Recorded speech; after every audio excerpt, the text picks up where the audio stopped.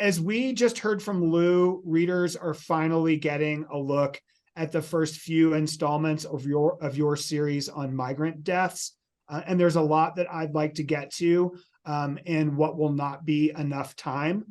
Y'all have worked on these stories for a year, and I'd like to rewind the clock just a bit. Omar, where did the reporting begin? Well, when we initially responded to the fire on the 27th of March, it was a Monday, like any regular day. And some of our colleagues here in Juarez had mentioned that there had been a fire and there may be a possibility of 2 or 3 deaths. So that sort of alarm kind of, got my interest as a journalist to see what would happen if, the information was relatively coming in. So a couple of other more calls, a couple more information. They said possibly 7 bodies had been taken out of the building. That became a really concern for me.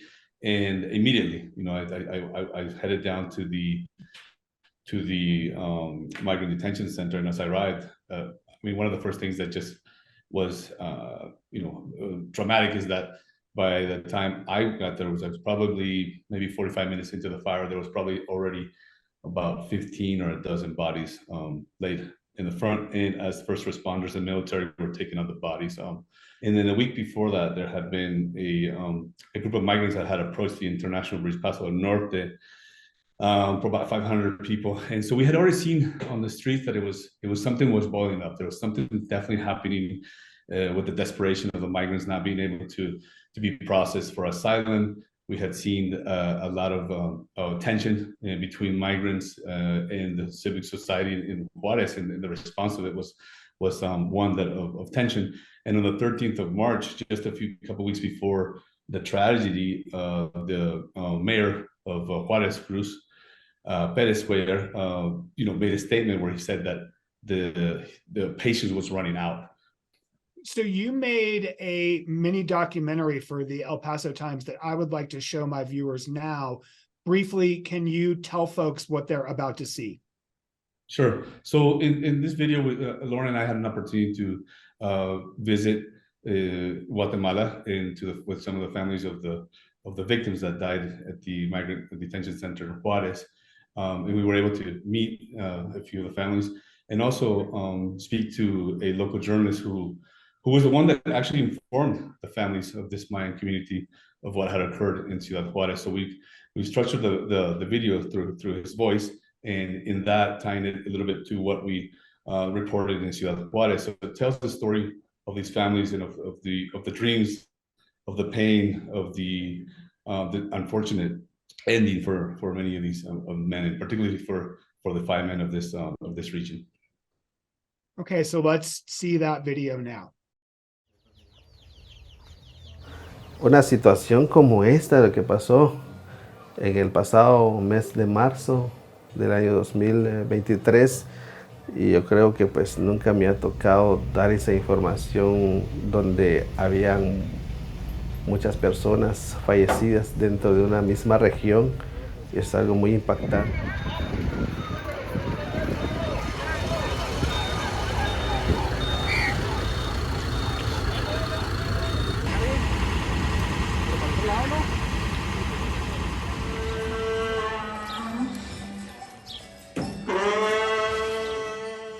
Empezaron a publicar el listado y lo más que me llamó la atención, me impresionó más, son los apellidos. A Diego Suy Warchaj. Si ustedes se dan cuenta acá. Diego Suy Warchaj, Marcos Chiquín y Diego Tzaj, o sea, son apellidos de nuestra región, ¿verdad? Entonces yo dije, oh, eso no puede ser. Muchos fallecidos y son de nuestra área. Hoy han recibido una noticia tan terrible, una noticia tan lamentable.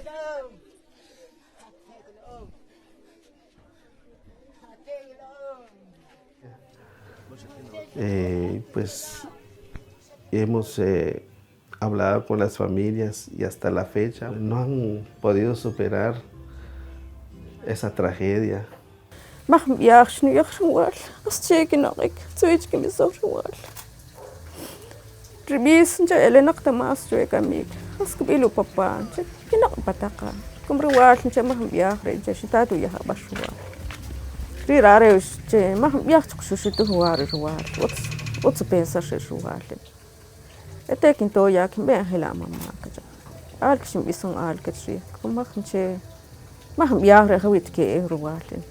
شخص ورال que chapangul. Y fuimos testigos también que llamamos ese mismo día, no contestaba, nadie contestaba, llamamos en varios números del consulado mexicano, pues nadie nos quería contestar. Fue algo muy lamentable también, ¿verdad? Porque imagínense que las familias están en esa situación muy lamentable, ellos querían información.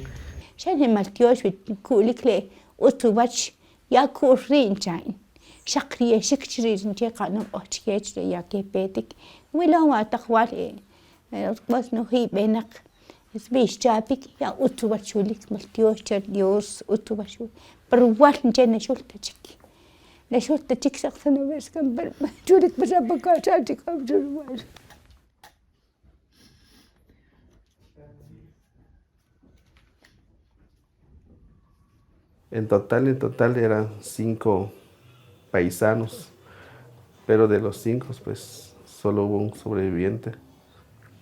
Y pregunté a los doctores qué pasaba.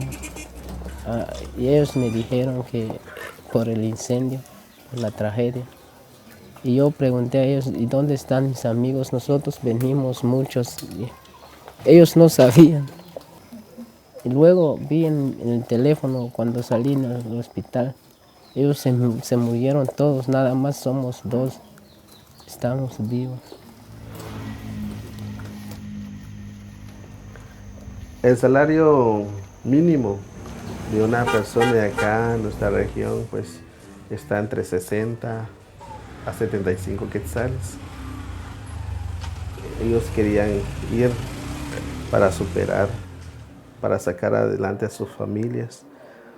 Y yo creo que pues esto se ha dado también por el desempleo, se ha dado también porque hay tanta corrupción en Guatemala, donde no hay muchas oportunidades a nuestros jóvenes. En lo personal tengo un hijo allá en los Estados Unidos. La verdad que cuando nuestros familiares se van, pues ellos pasan por un proceso muy duro, ¿verdad? Imagínense perder a un hijo. Lauren, what did you want to learn about the 40 men who died in that fire? And what did you want your readers to know about them? Yeah, Jeff, well, as with any mass tragedy, such as a mass shooting in the US, like the one that occurred here in El Paso in August of 2019, when you have this large number of victims, the first thing we ask ourselves as journalists is, who were they? I'm afraid that often, people who are in a process of migrating are often written off as migrants and not looked at as whole people who, have lives and families and dreams that are left behind. And so we wanted to ask, who were the men who died? And of course, what were the circumstances? That led us to follow the beginning of court testimony in Mexican federal court, and also to start searching for the men who died. In doing that, I came across a report in a major Guatemalan newspaper that mapped the 19 Guatemalan men, like where they were from. And I noticed that 5 of the men were all from the same state. And when I started to make the inquiry and reached out to a local community journalist, Antonio Shosh, it turned out that 5 of the men were actually from the same collection of villages near a place called La Ceiba. And so, we wanted to go down and find out more about them. So once the story sort of moved beyond that tragedy and piecing together who those people were, what did you learn about the number of migrant deaths during the time period that you examined? Yeah, so this began as a singular project around the fire at the Juarez Detention Center, but what we didn't know was that 2023 was going to become the deadliest year at the El Paso Juarez border and in southern New Mexico since public record keeping began 25 years ago.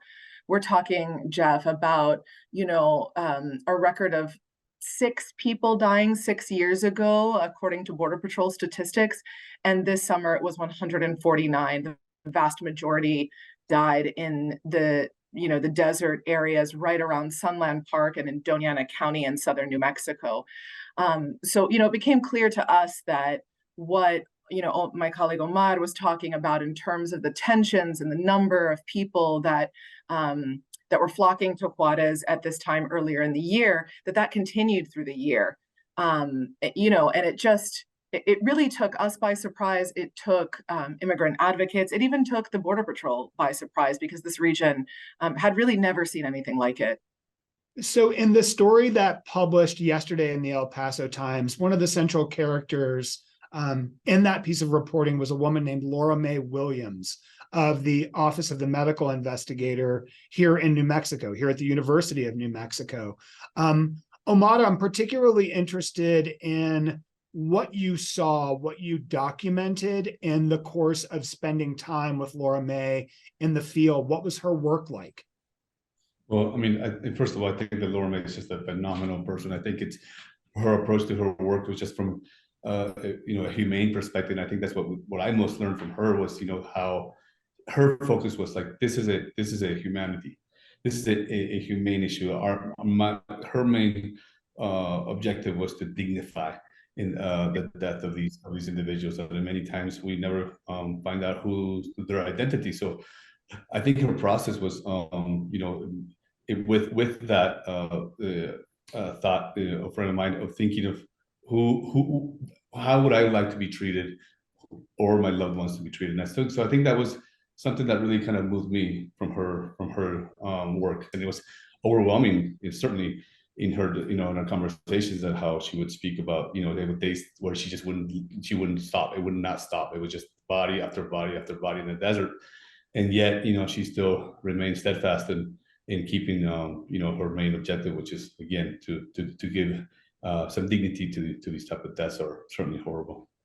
Lauren, who were among the dead? What do you know about them? And maybe as importantly, what don't you know about them? Right. So the Office of the Medical Investigator, who Laura Mae Williams works for, is the forensic investigator that goes out on the scene to process the body, try to identify the person. The Office of the Medical Investigator in New Mexico is taking a leadership role this year in creating a new box to check called probable border crossers, so they can begin to track and identify probable migrants who have died. The majority, Jeff, we don't know who they are. And OMI, that Office of the Medical Investigator, is dealing with an extraordinary number of unidentified bodies this year of likely migrants. We do know who some of them are, though.